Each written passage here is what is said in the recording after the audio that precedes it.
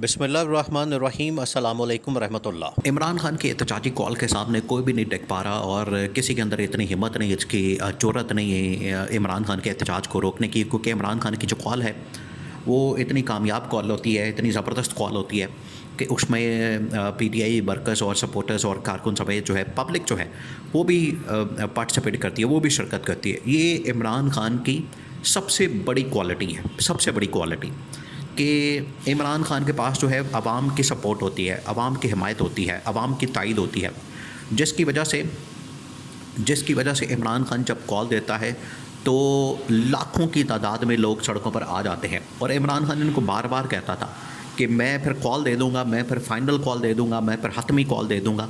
वो आखिरकार इमरान खान ने दे दी। अब इमरान खान की जो कॉल होती है वो इतनी जानदार और तगड़ी होती है कि उसके अंदर आवाम भरपूर अंदाज में शिरकत करती है। इमरान खान ने कहा था कि मैं तो डी चौक इस्लामाबाद के अंदर धरना देना है और मैंने वहाँ पर धरना दे के मैंने अपना जो डिमांड्स हैं, 3 मेरी डिमांड्स, उनको पूरा करवाना है और ये मेरी डिमांड्स आप पूरी करें। देखिए, इमरान खान ने इससे पहले भी जिन दिनों में ये 26वीं आईनी तरमीम कर रहे थे, आइन के ऊपर हमला कर रहे थे, सुप्रीम कोर्ट के ऊपर हमला कर रहे थे और इनकी जानिब से साजिशें हो रही थी। कभी ये काजी फायजी साहब को एक्सटेंशन की बात करते थे, कभी ये जनरल आसिम को एक्सटेंशन की बात करते थे, कभी किसी को एक्सटेंशन देने की बात करते थे, तो इनकी जानिब से बातें की जाती थी। इमरान खान उस वक्त भी कहता था कि ये जो आप इक़दाम कर रहे हैं ये गैर आइनी है, इसकी वजह से मुल्क ख़राब होगा, इसकी वजह से मुल्क के अंदर इंतशार और खलफशार पैदा होगा, इसकी वजह से मुल्क के हालात ख़राब होंगे।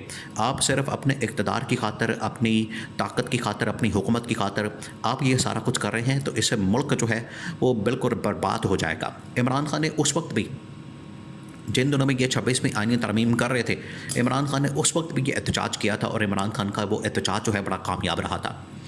अब ये फ़ाइनल कॉल आ गई। अब फाइनल कॉल आई है तो लाखों की तादाद में ना सिर्फ खैबर पख्तूनख्वा से लोग पहुँचे, बल्कि पंजाब से भी बहुत सारी बड़ी तादाद में लोग जो है वो रवां दवा हुए और डी चौक पर पहुँच गए।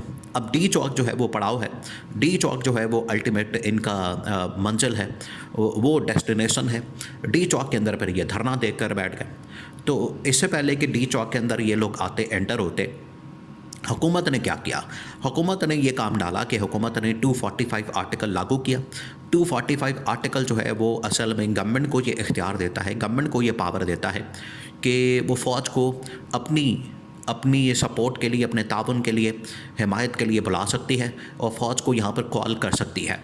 तो इन्होंने फिर 245 आर्टिकल लगा के तो पूरे पाकिस्तान के, अब इस्लामाबाद के अंदर, डी चौक के अंदर और पिंडी के अंदर इन्होंने फ़ौज को तलब कर लिया। हालांकि इससे पहले इन्होंने रेंजर्स बुलाई हुई थी, वो भी एक किस्म का फ़ौज का हिस्सा है, वो भी एक किस्म की फ़ौज है।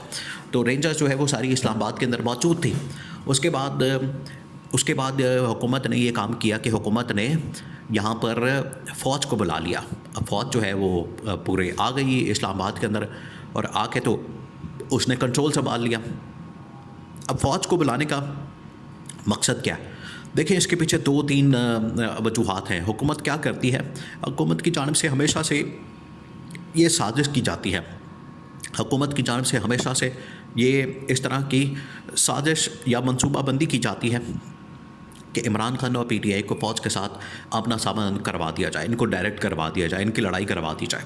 एक तो इसके पीछे ये मकसद होता है। दूसरा ये मकसद होता है कि इनकी जितनी लॉ इन्फोर्समेंट एजेंसीज़ हैं, जिसके अंदर पुलिस वगैरह, एफसी वगैरह, बाकी इदारे वगैरह शामिल हैं, वो सारे के सारे नाकाम हो जाते हैं। वो इनका हुक्म नहीं मानते, वो इनकी बात नहीं मानते। और पुलिस के अंदर भी और इसी तरह से बाकी इदारों के अंदर भी ऐसे लोग मौजूद हैं जो कि ख़ुद भी नज़रियाती तौर पर इमरान खान की हिमायत करते हैं। उनको पता है कि इमरान खान वाकई में एक ईमानदार शख्स है, इमरान खान वाकई में एक सच्चा आदमी है, इमरान खान एक लीडर है, वो ये मानते हैं। और इनको, ये शरीफ ख़ानदान को, ज़रदारी ख़ानदान को करप्ट समझते हैं, इनको चोर और डाकू समझते हैं।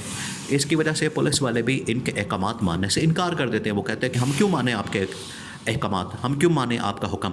तो पुलिस जो है वो तो इनकार कर देती है, पुलिस तो बीच में से निकल जाती है। पुलिस तो कहती है कि हम आपकी बात नहीं मानेंगे, हम आपके हुक्म के ऊपर अमल दरामद नहीं करेंगे, आपकी किसी बात के ऊपर नहीं, हम आपकी बात के ऊपर नहीं चलेंगे।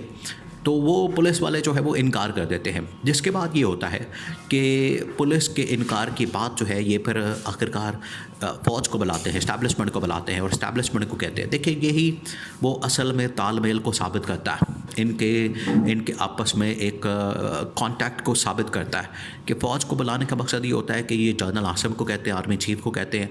आर्मी चीफ़ के पास ऑलरेडी इस वक्त इस गवर्नमेंट की जानिब से दी हुई एक्सटेंशन मौजूद है, जो कि पहले 3 साल का होता था, जिसको 5 साल कर दिया गया। तो ये सारी फ़ौज बुला ली गई। अब यहाँ पर हुआ ये कि इनको पहले इख्तियारात दे दिए गए, इनको ये पावर दे दी गई, इनको ये राइट दे दिया गया, अथॉरिटी दे दी गई पुलिस को कि आपने सीधे फायर मारने हैं, आपने लोगों के ऊपर सीधी फायरिंग करनी है, आपने लोगों के ऊपर सीधे स्ट्रेट फायर करने हैं। वो सूरत हाल बड़ी ख़तरनाक हो गई, बड़ी खौफनाक हो गई, क्योंकि लोग जिस तरीके से बाहर निकले तो इन्होंने सीधे फायर मारना शुरू कर दी। इनको ये अंदाज़ा नहीं है, इनको ये पता नहीं है। देखें, कौमों के अंदर जब इनकलाब आता है वो तरक्की की तरफ जाना शुरू करती हैं।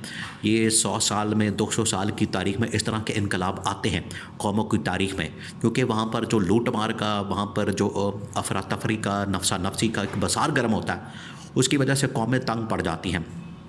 फिर कौमों के अंदर कोई ऐसा लीडर आता है जो कि इनकलाब बर्पा करता है, और यही इमरान खान ने आज से 70-80 साल बाद ये किरदार अदा किया है कि पाकिस्तान की तारीख़ में एक ऐसा लीडर आया है जिसने आके कौम की तकदीर बदलनी चाहिए, लेकिन जो स्टेटस को की ताकतें हैं उन्होंने ये तकदीर नहीं बदलने दी, और स्टेटस को की ताकतों ने पूरा निज़ाम जो है अपने कंट्रोल में कर लिया, अपने हाथ में कर लिया, और इसको जकड़ लिया, इसको अपने शिकंजे में ले लिया, जिसकी वजह से ये फिर लड़ाई एक शुरू हो जाती है स्टेटस को की ताकत और अवाम के दरमियान। तो इस वक्त अवाम की ताकत की वजह से इमरान खान जो है वो इतना इनके लिए एक डरावना ख्वाब बन चुका है, इनके लिए खौफनाक हो चुका है, और स्टेटस को की ताकतों के लिए वो इस कदर ख़तरनाक बन चुका है कि अब इससे जान छुड़ाना बड़ा मुश्किल हो गया।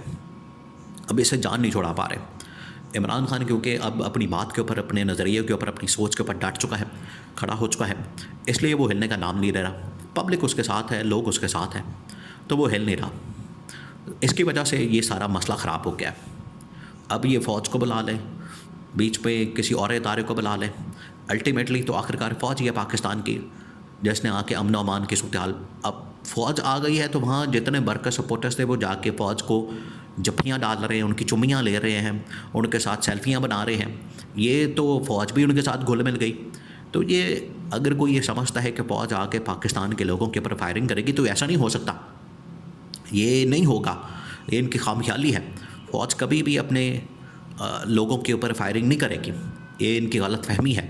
ये लड़वाने की जो कोशिश की जाती है, ये इसके अंदर नाकाम हो गए, और इमरान खान इनके लिए डरावना ख्वाब, और इमरान खान इनके लिए एक बहुत बड़ी हकीकत बन चुका है।